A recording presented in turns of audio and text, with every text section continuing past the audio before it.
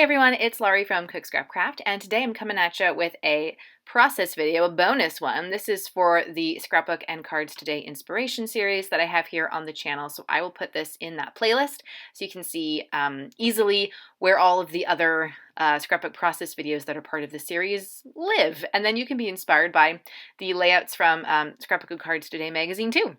So this one was actually it's something that I had bookmarked from the summer 2022 issue of the magazine that I got from scrapbook.com, and I really liked it. It's a page map sketch, and they had an example that Sarah Key did, and she's an amazing scrapbooker. I used to follow her her blog many years ago, like the early 2000s, and she actually I believe she also had a scrapbook store for a while, or a paper crafting store in California, and I almost got to go to it, but my husband vetoed it on our California vacation because it was just too far out of the way from where we were. So I was really disappointed.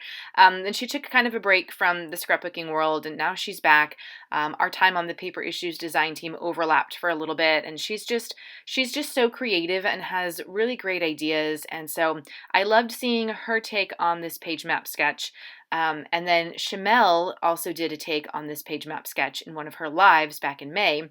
So I was like, well, this is a good a time as any for me to also do my take on the sketch. So the sketch itself actually tells you that there are two photos, and it tells you the sizes of them. And I attempted to cut my photos. Originally, I was just going to do two. I have three. I was only going to do two, but then I ended up I cut them the wrong way. And so I wanted them to be more vertical looking, and then I ended up cutting them, and then they were like horizontal, and I'm like, oh crap. But I made it work because I decided, instead of just doing two photos as the sketch called for, I was going to turn this into a 3-photo layout. But I'm still going to have some of the similar elements in here. There's kind of a neutral background. That's just the Doodlebug Designs Petite Prince, one of those. It's like a white background with little dots.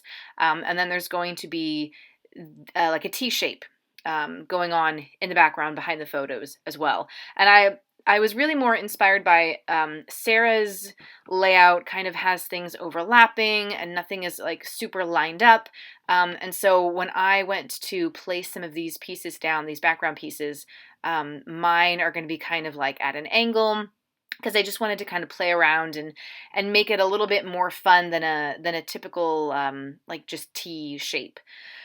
So yeah, that's what I'm doing. And I am using the pieces from my May Best of Both Worlds kit. I had picked out a piece of paper with border strips that was, I don't think, part of the kit. It was a substitute because what was in the kit wasn't available.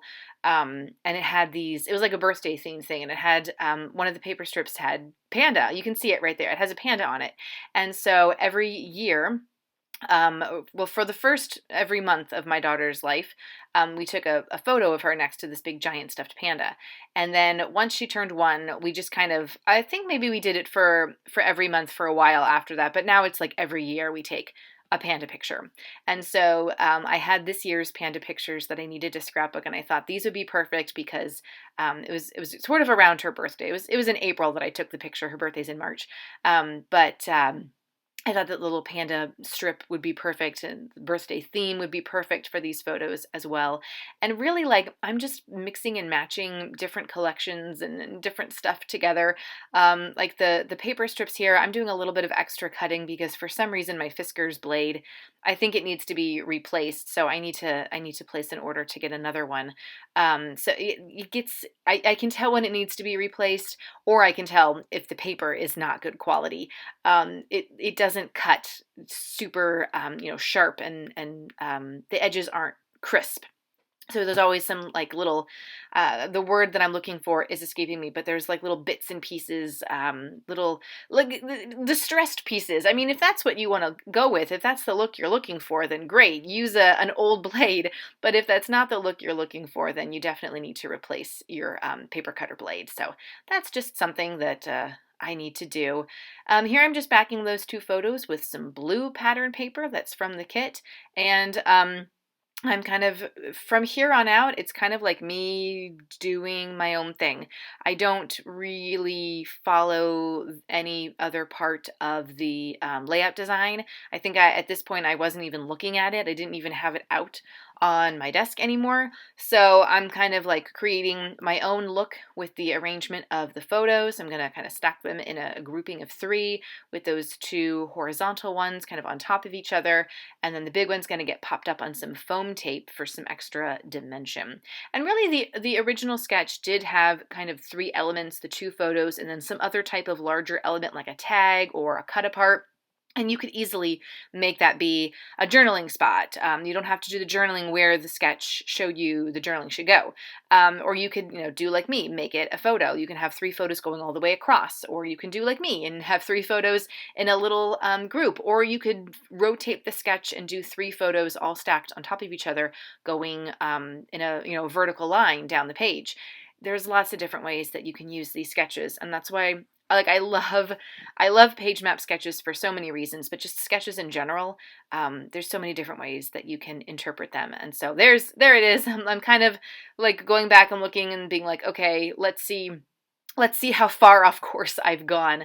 I do want to use up some of the embellishments that are part of the Best of Both Worlds kit that I put together. So there's a little Pink Fresh sticker that says hello. I've got some of the enamel dots, which I love. I just love enamel dots. There's another sticker there that says Fresh Start, and because it's popped up on the photo, which is popped up on foam, I am going to add a little foam square behind that sticker, just because it needs a little bit more stability to be sticking off of the popped up photo.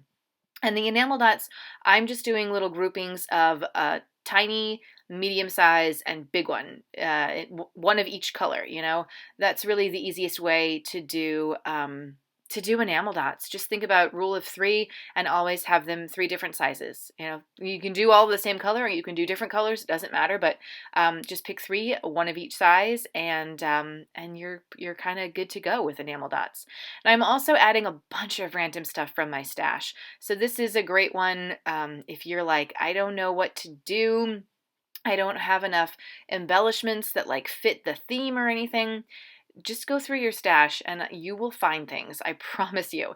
So there's a little piece of paper that says dream that I touched behind the popped up photo. Maybe that was crepe paper. I don't really remember, but I've had it for a long time. And I thought the colors were kind of similar to the Pink Fresh stickers and the enamel dots. And since these are, photos of my kid and it's like around her birthday, it was like, dream, like dream big, that kind of sentiment could work for that. So I just tucked that in back there. And I'm also cutting some little phrase cut aparts from the Not Just for Boys Kit Club kit. And I was going to use those in place of where the journaling is supposed to be in the original layout.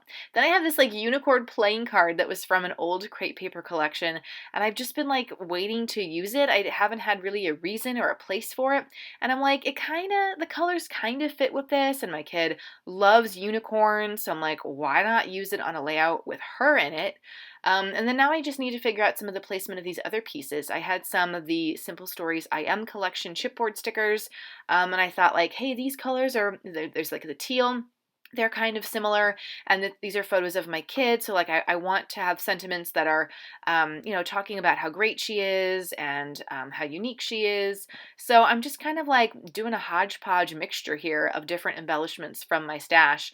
Again, like nothing is from the same collection, nothing is like super matchy in terms of colors, but like don't let that stop you. Don't be afraid to like go crazy and just throw all your embellishments together, even if it like you think it doesn't make sense. You can make it make sense, and I hope that that's what this video shows you. If you're returning to the channel, then thank you so much for coming on back, and it's so great to see you. Leave me a comment down below to let me know that you're here. If you're new to the channel, I hope that this video is inspiring to you. That's what all of these process videos are supposed to be about, just kind of showing you different ways to use products, different ways to use sketches, different ways to, I don't know, use your photos and tell your stories. So if you haven't yet hit that subscribe button, please consider doing so. I'm just adding a little bit more of adhesive to the chipboard sticker stickers for more reinforcement. I find that chipboard sticker adhesive is not usually that strong, and especially that Simple Stories collection needed some extra help. I've known from past experience using it. So I'm just throwing a few more little pieces down there so that I know that they won't fall off the page. And then I'm going to do some splatters because why not? I just felt like the layout needed a little bit of something extra, and really like mixed media is a great way, especially if you don't have a lot of embellishments. Mixed media is a great way to kind of overcome that challenge. I am also adding a couple puffy stickers from a Echo Park collection, maybe? I can't remember. It was the June Best of Both Worlds kit, one of the embellishments from there. And they're bubble tea cups. It has nothing to do with these photos, but there were 3 of them. And I'm like, hey, I have 3 photos, so why not use them on this layout? And so that's what I did. Again, like not all the embellishments have to make sense, but if you have something and you're like, hey, I can actually make it fit here and it's cute and these photos are just kind of like random and everything can be random, then just go for it and don't limit yourself. I'm doing another enamel dot cluster there just to kind of go with that Pink Fresh puffy sticker that I put down at the bottom there. Again, I'm just trying to like build out a little more of the embellishment clusters, and the enamel dots. Enamel dots are a great thing to always have in your stash, along with the mixed media, a great way to kind of build out embellishments, especially when you don't have a whole lot of embellishments. And then there goes just a little bit of journaling. I know I told you that I was going to be doing some splatters. They are coming, I promise. And I am using the Tim Holtz Distress Oxide Spray Squeezed Lemonade, which was the May color. It's a really pretty, very like light yellow. And I found that I've been using it with stencils. I've been using it just doing like packaging technique and splatters, and it looks really, really cool, you guys. So if you don't have that color in your arsenal, I would recommend getting it. Here are the close-ups. You can see things in a little bit more detail. Like I said, I hope that this video was inspiring to you. Leave me a comment below if you have any questions or just want to say hi. And thanks so much for watching all the way to the end. I'll see you next time. Bye.